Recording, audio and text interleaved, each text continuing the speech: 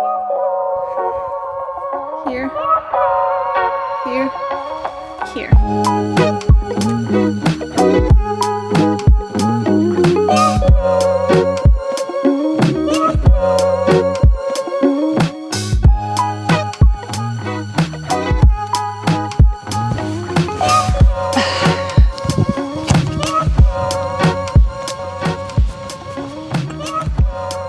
Cześć! Welcome to a very sunny episode of Coffee That Gives a Pack. Today's video is created to drive everyone in Poland crazy.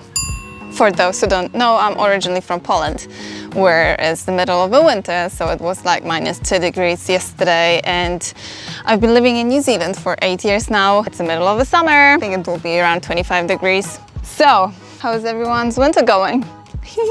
No, that's too mean.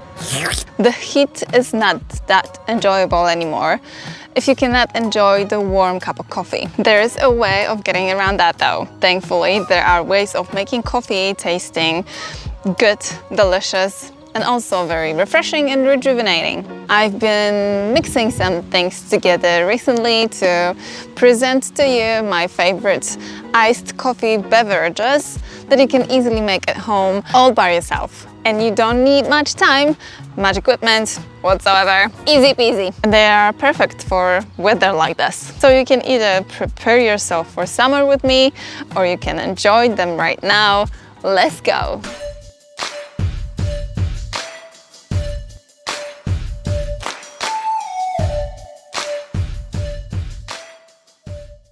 Both of those drinks are bloody good, but also they are very different from one another. I chose two differently tasting drinks together for that episode on purpose. I hope that whether you are a fan of sour and light beverages or slightly heavier and sweeter, you will find something for yourself here for sure. Let's start with the Espresso Tonic. That's what I'm having here. You can't tell. The drink gained its popularity in one of the European cafes called Coffee Roasters, and it's in Sweden. Swedish people drink a lot of coffee, and I mean a lot. They have one of the highest consumption of coffee per capita in the world. So even though the combination of coffee and tonic water doesn't sound very encouraging at first, it very quickly went viral. Sweden set the trend, other cafes liked it too. It was something new, something surprisingly nice, and honestly I'm surprised it's not that popular in New Zealand yet. I hope it will be after this episode.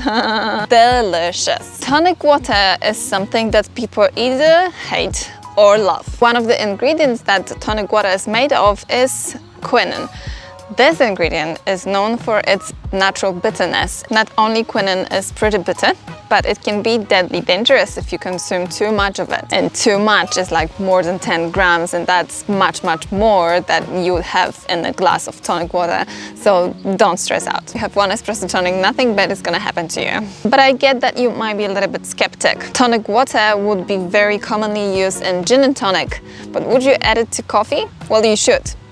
If you combine it with good quality beans, oh my god, you will change your mind. What do we need to make an espresso tonic? Good quality coffee beans to make a double shot of espresso, although you can also make it with mocha pot, like I did here. Tonic water. And I do recommend to reach for not the common tonic water that you know from supermarkets. There is way too much sugar in it, and you'll just have better experience. We also need a lot of ice, slice of orange, and a glass. It doesn't have to be the wine glass that I use because I like it. As long as the glass will fit around 200 grams of liquids and a lot of ice in it. Anything like this will do. And preparing espresso tonic couldn't be easier. You just chuck your ice in the glass, then you add your slice of orange, then you pour your tonic water on it gently as it's fizzy, and very slowly pour your coffee on top of everything.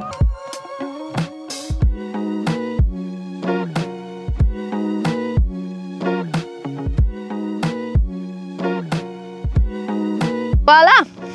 Easy as. Ethiopian coffee is characteristic for its floral, very delicate note, so it combined with that grapefruity tonic water very nicely. Didn't it look good? Very, very Instagrammable. Why is it not on my Instagram yet? Not only it looks good, but it also just tastes amazing. That's why I had it here. Very refreshing, not too sweet, with very nicely balanced bitterness. Feel free to repeat the same recipe, although you can experiment with whatever you want to do with that, as it's very easy to adjust. You can add your favorite fruit, or you don't have to add any fruit at all. If you have time, you can make your coffee in advance so it cools down before you actually pour it over ice. It's easier to have control over the bubbles. If you are in the rush and not careful enough, there might be a mess, because it might get quite bubbly. Keep it in mind, especially if you make it for the first time. I've heard that you can make it easier and less bubbly by filtering your coffee in the paper filter, like for V60. I actually haven't tried that because I haven't had problems with my coffee, but maybe you will. If you will, let me know if it works. Now, my second favorite iced coffee beverage is café Shakerato. It is equally interesting, but you will need to do a little bit more work here. Work. You will need to shake things up. The drink has also its origin in Europe. This time it is Italy. Their traditional recipe stands for only coffee and ice. However, just to make it slightly more opposite to espresso tonic, I add a little bit of sweet ingredient. I am going to make it a little bit rounder in your mouth, a little bit heavier and lingering, to make it last in your mouth a little bit longer. What do we need to prepare café Shakerato? Fresh coffee beans to make a double shot of coffee, but also, like in the espresso tonic case, you can make your coffee in a mocha pot and it will work equally well.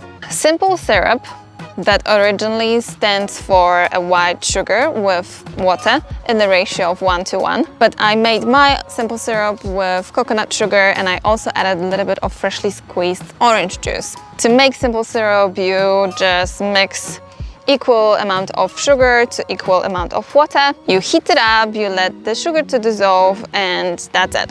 You also need a lot of ice, a shaker with a strainer that will keep your ice separate from the drink after it's done, and a glass. My recipe stands for 30 grams of medium roasted Brazilian coffee to add those chocolatey notes to my drink, 10 grams of simple syrup, and around a minute of good rough shaking.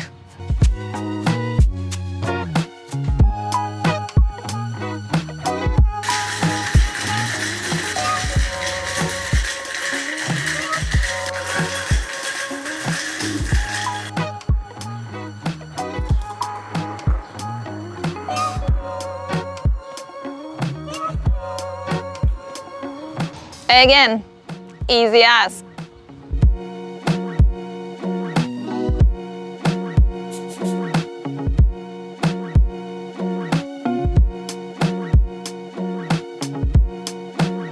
By the way, café Shakerato is the cocktail that I was celebrating the end of 2021 with here.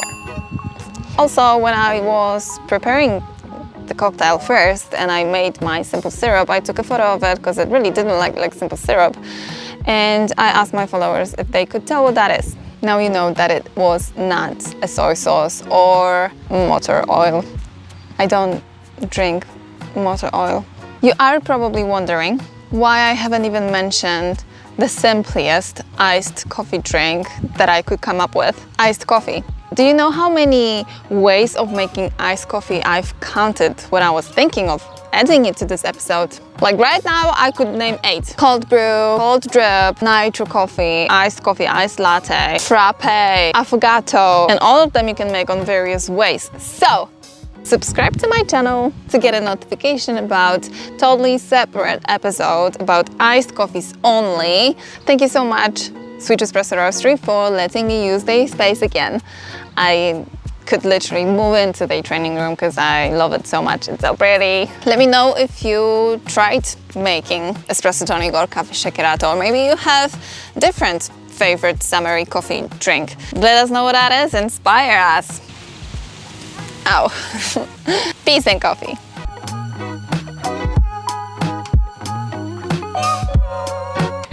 No siemanko, no cześć.